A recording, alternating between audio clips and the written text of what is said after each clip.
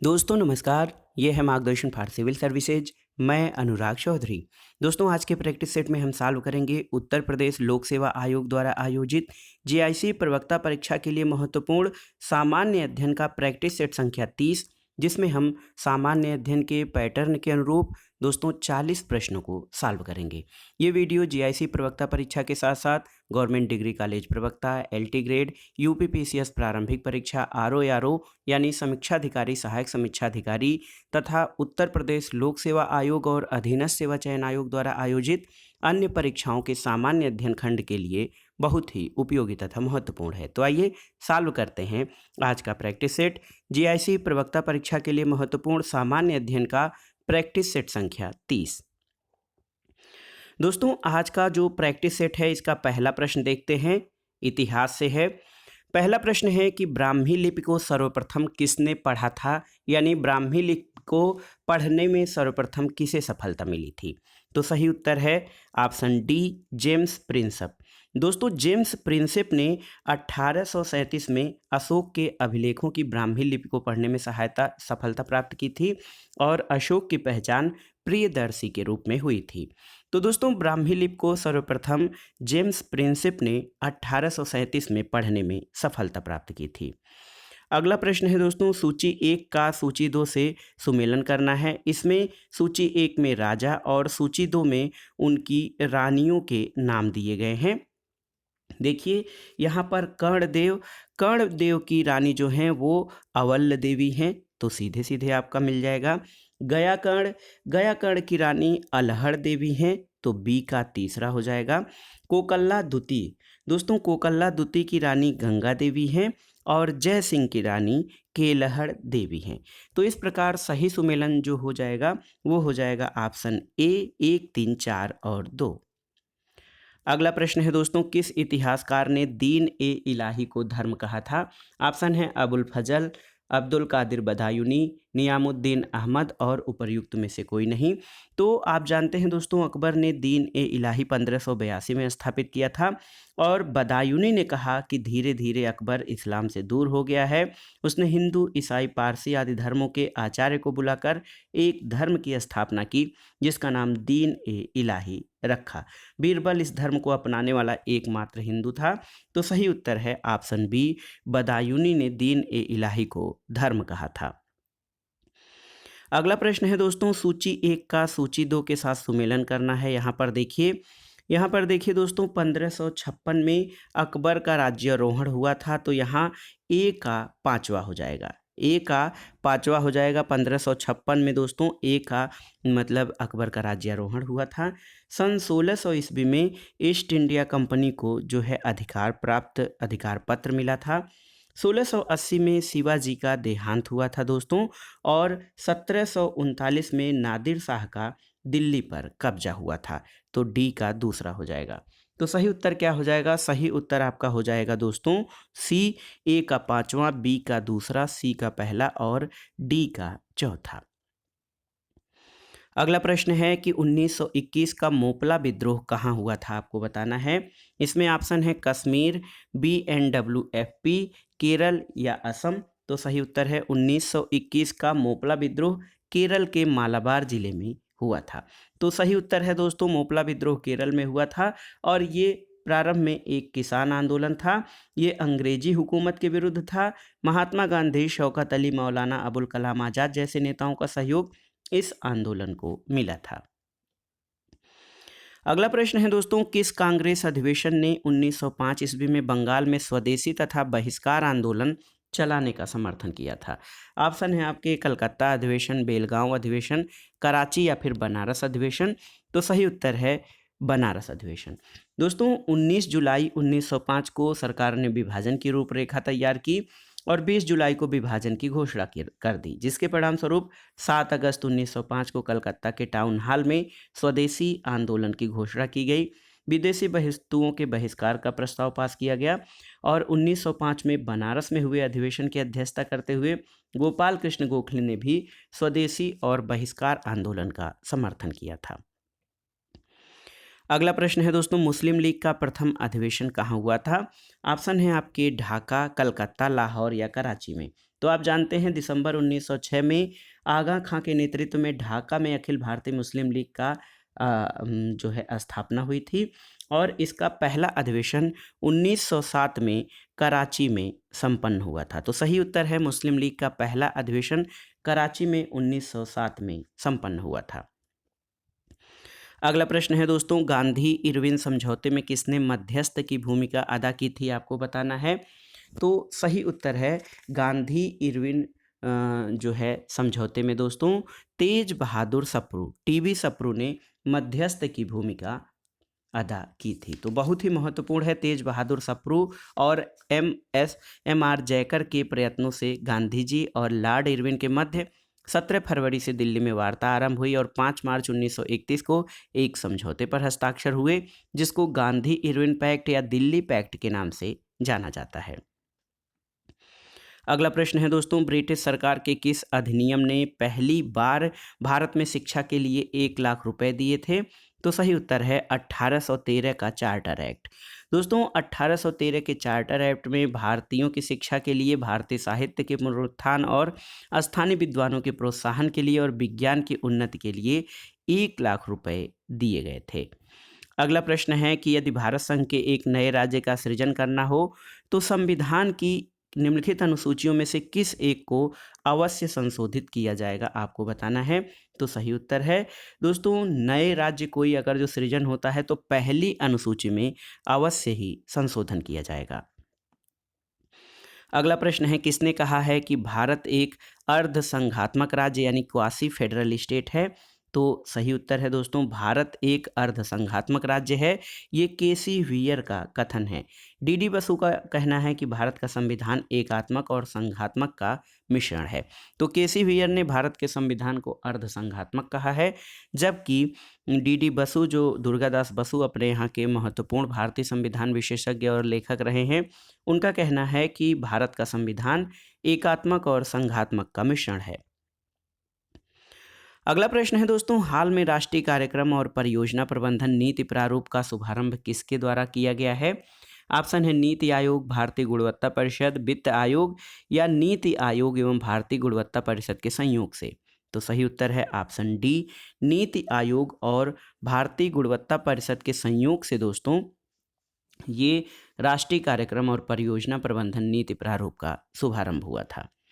अगला प्रश्न है देखिए, भारतीय राज्य व्यवस्था से ही अनुच्छेद 21 का जो है 6 वर्ष से 14 वर्ष के सभी बच्चों की शिक्षा के अधिकार को भारतीय संविधान में कब अंतर्विष्ट किया गया था, आपको बताना है।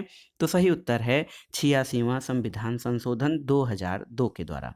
दोस्तों 86वें संविधान संशोधन 2002 द्वारा शिक्षा के अधिकार कानून को 1 अप्रैल 2010 से लागू किया गया था और इसके द्वारा 6 वर्ष से 14 वर्ष के सभी बच्चों को शिक्षा का अधिकार जो है भारतीय संविधान के अंतर्गत एक मूल अधिकार की श्रेणी में शामिल कर दिया गया है। अगला प्रश्न है कि किस उच्च न्यायालय के क्षेत्राधिकार के अंतर्गत सबसे अधिक राज्य हैं? तो उत्तर है दोस्तों गुवाहाटी उच्च न्यायालय। यहाँ पर देखिए ऑप्शन डी, गुवाहाटी उच्च न्यायालय की स्थापना 1948 में हुई। इसकी क्षेत्रीय अधिकारिता असम, मणिपुर, मेघालय, नागालैंड, त्रिपुरा, मिजोरम और अरुणाचल प्रदेश पर है। लेकिन दोस्तों त्रिपुरा, मणिपुर और मेघालय में उच्च न्यायालयों की स्थापना के बाद गुवाहाटी उच्च न्यायालय के क्षेत्राधिकार में असम, नागालैंड, मिजोरम और अरुणाचल प्रदेश हैं। पहले त्रिपुरा, मणिपुर और मेघालय में उच्च न्यायालय नहीं थे, लेकिन वहाँ के लिए अब उच्च न्यायालय की स्थापना हो गई है। अगला प्रश्न है, भारत के निम्नलिखित राज्यों में से किसमें 3 तरफ अंतर्राष्ट्रीय सीमाएं हैं? असम, नागालैंड, त्रिपुरा या पश्चिम बंगाल? तो सही उत्तर है दोस्तों त्रिपुरा। देखिए त्रिपुरा राज्य 3 ओर से बांग्लादेश से घिरा है। यद्यपि पश्चिम बंगाल 3 अंतर्राष्ट्रीय सीमाओं को छूता है, लेकिन प्रश्न में 3 तरफ अर्थात 3 दिशाओं की बात कही गई है। तो भारत में किसके 3 तरफ अंतर्राष्ट्रीय सीमाएं हैं? तो ये है त्रिपुरा। अगला प्रश्न है दोस्तों नोंगक्रेम डांस जो है ये कहाँ मनाया जाता है? तो नोंगक्रेम डांस जो है मेघालय में मनाया जाने वाला एक वार्षिक उत्सव है और इस आयोजन के माध्यम से पुरानी पीढ़ी अपने आने वाली पीढ़ी को अपने रीति रिवाज, संस्कृति और लोक परंपराओं से अवगत कराती है। अगला प्रश्न है दोस्तों, सूची 1 का सूची 2 से सुमेलन करना है और दिए गए कूट के आधार पर चयन करना है। गद्दी जनजाति ये हिमाचल प्रदेश में निवास करती है। टोडा तमिलनाडु में आप जानते हैं। खासी जनजाति, गारो खासी जयंतिया, ये मेघालय में, और नागा जनजाति दोस्तों ये नागालैंड और मणिपुर में निवास करती है। तो सही उत्तर आपका हो जाएगा ऑप्शन डी 2, 4, 1 और 3। अगला प्रश्न है भूगोल से है कि वायुदाब सबसे कम कब होता है, यानी एयर प्रेशर इज लोवेस्ट इन, कब, गर्मी, शीत ऋतु, शरद ऋतु या ग्रीष्म ऋतु में। तो सही उत्तर है ग्रीष्म ऋतु में। दोस्तों समर सीजन में सूर्य की किरणें लगभग सीधी पड़ती हैं, जिससे हवाएं गर्म होकर ऊपर उठती हैं और इससे निम्न वायुदाब का निर्माण होता है। इस तरह तापमान और वायुदाब में जो है प्रतिलोम संबंध या विलोम संबंध होता है। अगला प्रश्न है दोस्तों, शरीर के अंदर के अंगों को देखने के लिए डॉक्टर एक एंडोस्कोप का प्रयोग करते हैं, जो किस सिद्धांत पर आधारित होता है। तो सही उत्तर है प्रकाश के पूर्ण आंतरिक परावर्तन, यानी complete internal reflection of light. दोस्तों शरीर के अंदर के अंगों को देखने के लिए डॉक्टर एक एंडोस्कोप का प्रयोग करते हैं, जो प्रकाश के पूर्ण आंतरिक परावर्तन पर जो है इस सिद्धांत पर कार्य करता है।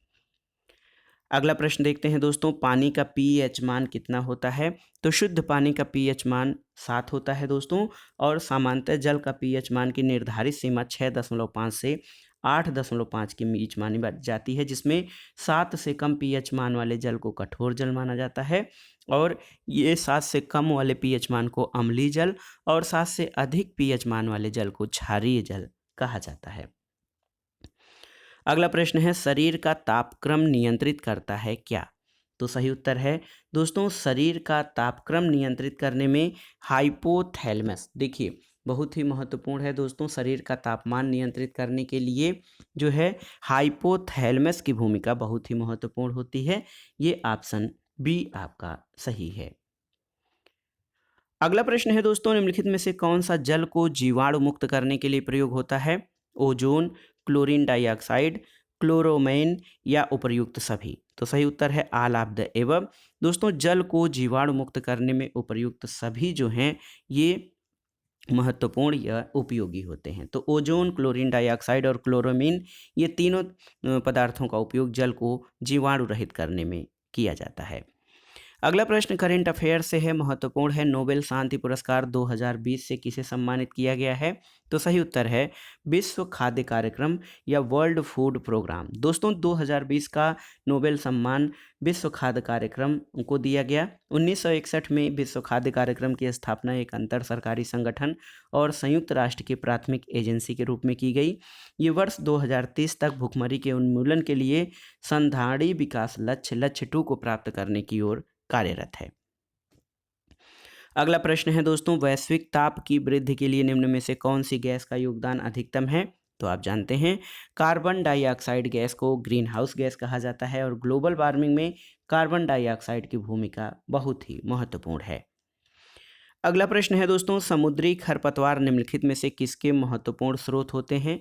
गंधक के, क्लोरीन के, ब्रोमीन के या आयोडीन के। तो सही उत्तर है ऑप्शन डी आयोडीन का। आप जानते हैं कि आयोडीन समुद्र में मिलता है, और समुद्री खरपतवार आयोडीन का महत्वपूर्ण स्रोत होता है। खाने वाला नमक जो कि सोडियम क्लोराइड होता है, उसका आयोडीन महत्वपूर्ण अवयव है, और आप जानते हैं आयोडीन घेंघा रोग से बचाव के लिए लाभकारी होता है। अगला प्रश्न है दोस्तों, सेबी। दोस्तों सेबी बीमा विनियामक और जो है नियंत्रण प्राधिकरण जो है सेबी, इसकी स्थापना किस वर्ष की गई थी आपको बताना है। भारतीय प्रतिभूति और विनिमय बोर्ड। दोस्तों भारतीय प्रतिभूति और विनिमय बोर्ड की स्थापना 12 अप्रैल 1988 को की गई थी। अगला प्रश्न है, गेहूं में बौनेपन के लिए जो जीन उत्तरदायी है वो कौन सा है। तो सही उत्तर है गेहूं में बौनेपन के लिए जो उत्तरदायी जीन है वो है दोस्तों गेहूं में ये है नोरिन 10। देखिए बहुत ही महत्वपूर्ण है, नोरिन 10 जो है ये गेहूं में बौनेपन की जीन, डीजीयू जीन चावल में बौनेपन की जीन, और ओपेक 2 मक्के में बौनेपन की जीन है। तो नोरिन 10 ये गेहूं में बौनेपन की जीन है। अगला प्रश्न है, which of the following is measured by the Lorentz curve. तो आपको बताना है कि इसमें से लॉरेंज कर्व द्वारा कौन सा मापा जाता है। इलिटरेसी यानी अशिक्षा, बेरोजगारी, जनसंख्या वृद्धि या आय की विषमता। तो सही उत्तर है ऑप्शन डी लॉरेंज वक्र द्वारा आय की विषमता मापा जाता है और इसके अंतर्गत किसी देश में व्यक्तिगत आय के प्रतिशत वितरण को संचयी रूप पर शीर्ष पर रखते हुए परिवारों के प्रतिशत को संचयी रूप में क्षैतिज स्तर पर रखकर ज्ञात किया जाता है। अगला प्रश्न है दोस्तों, 2011 की जनगणना के अनुसार निम्नलिखित राज्यों में से किसकी ग्रामीण जनसंख्या यानी रूरल पॉपुलेशन अधिक है? ऑप्शन है आपके मध्य प्रदेश, महाराष्ट्र, पंजाब या उत्तर प्रदेश। तो सही उत्तर है उत्तर प्रदेश। दोस्तों उत्तर प्रदेश में देखा जाए तो जनगणना 2011 के अनुसार ग्रामीण जनसंख्या सर्वाधिक है यहाँ पर, और उत्तर प्रदेश की ग्रामीण जनसंख्या 15,53,00,000 है। अगला प्रश्न है देखिए, किसी वस्तु का अंकित मूल्य 450 रुपये और विक्रय मूल्य 414 रुपये है, तो बट्टे की दर कितना है? तो दोस्तों बट्टा जो होता है अंकित मूल्य माइनस विक्रय मूल्य, तो 450 में से 414 घटा देंगे तो ये आपका 36 हो जाएगा। तो बट्टे की दर हो जाएगा दोस्तों 36 गुणे 100/450। तो जब आप इसको सॉल्व करेंगे तो सही उत्तर हो जाएगा ऑप्शन बी, 8% बट्टे की दर है। अगला प्रश्न है, 150 मीटर लंबी एक रेलगाड़ी एक खंभे को 15 सेकंड में और उतनी ही लंबी एक दूसरी रेलगाड़ी को जो विपरीत दिशा में चल रही है 8 सेकंड में पार कर जाती है। दूसरी रेलगाड़ी की चाल कितनी है? तो इसको दोस्तों सॉल्व करना पड़ेगा अच्छे से। पहली गाड़ी की चाल बराबर दूरी बटे समय, तो 150/15 10 मीटर प्रति सेकंड पहली गाड़ी की, और दूसरी गाड़ी की अगर जो औसत चाल x मीटर प्रति सेकंड माना जाए, तो चूंकि गाड़ियां विपरीत दिशा में चल रही हैं इसलिए दोनों की लंबाई और चाल जुड़ जाएगी। तो चाल बराबर दूरी बटे समय, तो x + 10 हो जाएगा और 150 + 150/8, तो ये हो जाएगा दोस्तों, जब आप इसको सॉल्व करेंगे तो ये हो जाएगा 99 किलोमीटर प्रति सेकंड। अगला प्रश्न है दोस्तों, 11 से 50 के बीच कितनी संख्याएं ऐसी हैं जो 7 से विभाज्य हैं लेकिन 3 से विभाज्य नहीं है? आपको बताना है। तो ये महत्वपूर्ण प्रश्न है। देखिए 11 से 50 के बीच 7 से विभाज्य होने वाली संख्याएं आप ऐसे जोड़ेंगे तो हम बता दे रहे हैं 14, 21, 28, 35, 42, 49 ये 7 से विभाजित होंगी। और 11 से 50 के बीच 7 से विभाज्य होने वाली संख्याएं लेकिन 3 से जो नहीं होती हैं उसमें 14 हो जाएगा, 28 हो जाएगा, 35 हो जाएगा और 49 हो जाएगा। तो 4 ऐसी संख्याएं होंगी दोस्तों 11 से 50 के बीच जो 7 से विभाजित होंगी लेकिन 3 से विभाजित नहीं होंगी। ये देखिए रीजनिंग का भी प्रश्न है, मैथ का भी प्रश्न है कि एक चिड़ियाघर में खरगोश और कबूतर हैं। यदि उनके सिरों की गिनती की जाए तो कुल 200 हैं और यदि उनके पैरों को गिना जाए तो इनका योग 580 होता है। चिड़ियाघर में कुल कितने कबूतर हैं? तो x + y = 200, यानी x + y यानी x अगर जो कबूतर हैं या x खरगोश हैं, कबूतर y हैं, तो दोनों की संख्या 200 हो जाएगी। x + y = 200। अब यहाँ पर देखिए खरगोश के 4 पैर हो जाएंगे तो 4x दूसरा शर्त + 2y = 580। जब इन दोनों समीकरणों को हल करेंगे तो दोस्तों कबूतरों की संख्या y = 110 आ जाएगा। सही उत्तर आपका ऑप्शन बी हो जाएगा। अगला प्रश्न है दोस्तों, दीवार घड़ी में 3:25 अपराह्न का समय होने पर घंटे की सुई और मिनट की सुई के बीच का न्यून कोण कितना होगा? तो दोस्तों घंटे और मिनट के कोण के बीच का जो संबंध होता है 3:25 अपराह्न पर, तो ये हो जाएगा दोस्तों 47.5 या 47 सही 1/2 से जो है डिग्री का अंतर 3:25 अपराह्न के समय होने पर घंटे और मिनट की सुई का अंतर होगा। अगला प्रश्न है, यदि a = plus, b = plus, c = minus और d जो है इनटू यानी गुणा, तो निम्नलिखित में से कौन सा सही है आपको बताना है। तो यहाँ पर जब आप हल करेंगे दोस्तों 108 - 72 बराबर 78 - 72, जब इसको आप सॉल्व करेंगे तो दोनों का मान 36 बराबर 36 आ जाएगा। 108 में से 72 घटेगा 36 हो जाएगा और 78 में से 42 घटेगा तो भी 36 हो जाएगा। तो यही केवल ऑप्शन डी आपका सही उत्तर हो जाएगा। अगला प्रश्न है दोस्तों आयु पे है, आयु आधारित प्रश्न। बी की आयु ए की दोगुनी किंतु एफ से आधी है। सी ए की आयु का आधा है लेकिन डी से दोगुना बड़ा है। कौन से दो लोग अधिकतम और न्यूनतम आयु वाले हैं? तो दोस्तों ए की आयु x वर्ष है तो b की आयु 2x है, क्योंकि दुगुना है b की आयु।